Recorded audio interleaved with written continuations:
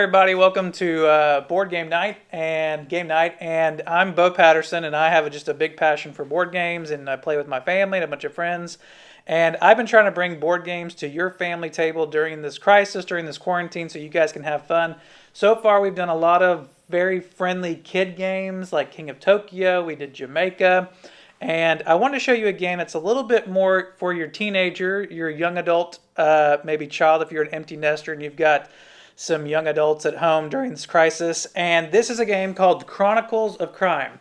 Now, this is a textbook 21st century game. And what it is if you've ever watched shows like Columbo or Agatha Christie, if you're into murder mysteries like CSI or Law and Order, and they're trying to figure it out, this is that in a game. Now, what's really cool about this in the very 21st century aspect is, of course, there's an app.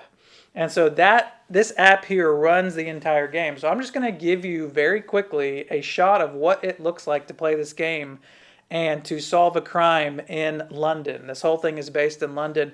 So what you do is, and Hannah, let me know if I'm doing this all right. You're going to go to your app here, Chronicles of Crime, and you can pick from a bunch of different scenarios to go through. So I'm going to pick up here in just the first one, and these are all free. Once you buy the game, all the app is free and everything. All the updates are free. There might be some that cost money if they have premium content. But just here on this tutorial, I want to show you what it looks like to play.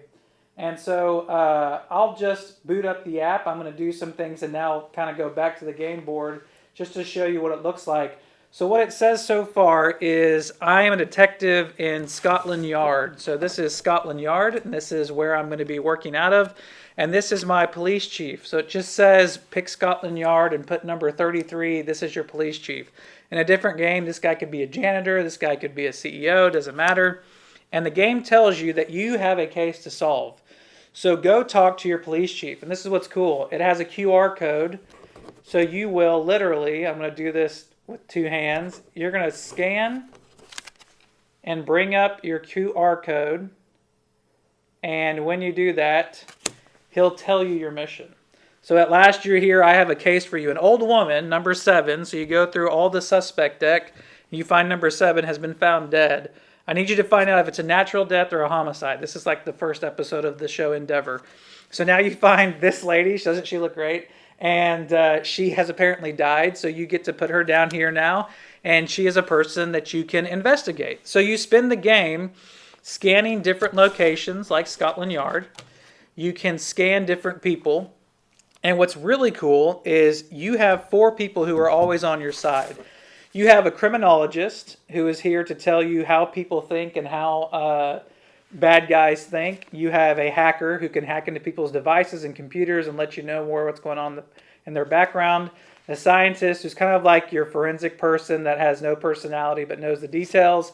And of course, just the doctor who can understand the body and look at anything there. So throughout this game as a family, it's cooperative. It's about 60 to 90 minutes, an hour and a half to play. You can play with 1 to 4 people. And it's really good for teenagers and up just because some of the content, it is murder. And you're trying to figure it out. As the game goes, you learn more and more. It says that she lived in Notting Hill. And so you will go through the deck of places, find Notting Hill, add it to your game, and now you can continue finding details there. So I've talked to the police chief. I think I know a little bit about this case. I want to go to Notting Hill. I will scan Notting Hill. It will then tell me more about the game. And I'm going to show you something really cool here in just a second. But at Notting Hill, you are looking around. Hannah, wouldn't you believe this is a little confusing and having to figure it out. So let's go through this, guys. Let's do this. You're on top of this. I'm going to be talking to the police chief. He's going to give me more information. I'm going to ask him more about the lady. He says go to Notting Hill. That's what was holding us up. I'm going to go to goodbye. And I'm going to show you one last thing about the game that's just amazing. So I have reached Notting Hill. I have got to her apartment, and I now need to investigate like any good detective. So the game says, would you like to search her apartment? I'm going to say yes. and the game switches. This is just awesome. So you hold up your phone and you look at it, and in about 3 seconds, you will see her flat. And it's all done with the iPhone. So if you go up, you can see the ceiling. If you go this way, you can see the fireplace. If you scan around, you can see a dead cat. What's all that about? You can scan around this way and see playing cards. You won't be able to see everything. I'm scanning around. I see your dead body. I'm seeing food on the floor. It looks like cats are eating the food. They're all dead. Why are there a bunch of dead cats? There's cake that's been delivered. I'm looking around, and it's on a timer because you only have so much. And I can find different things as I look through her room. And as you do this, you begin to develop more of the case and what's going on. So it will count you down to the end. And then the final thing about the game, it's really fun, really innovative, is then you look through the clue deck. What did you see? And so here, I actually saw food and I saw animals. So I just put that up here to show that I did that. And then once again, they have a QR code. So you can play along, look at the food. You can have the doctor examine the food. You can have the criminologist understand why the animals would have died. What kind of crazy person would do that? And throughout the whole game, you're gaining information, you're gaining clues, and you're gaining kind of the story. And if you're smart enough, and if your team is able to figure out who did it, you go back to the police chief and you tell them, this is who I think did it. You scan the person, you scan what they used, and then it tells you if you're right or wrong. There's a timer on this, so you can't spend forever. There's a point system to show you if you won. And it's a really fun game. The tutorial is super easy.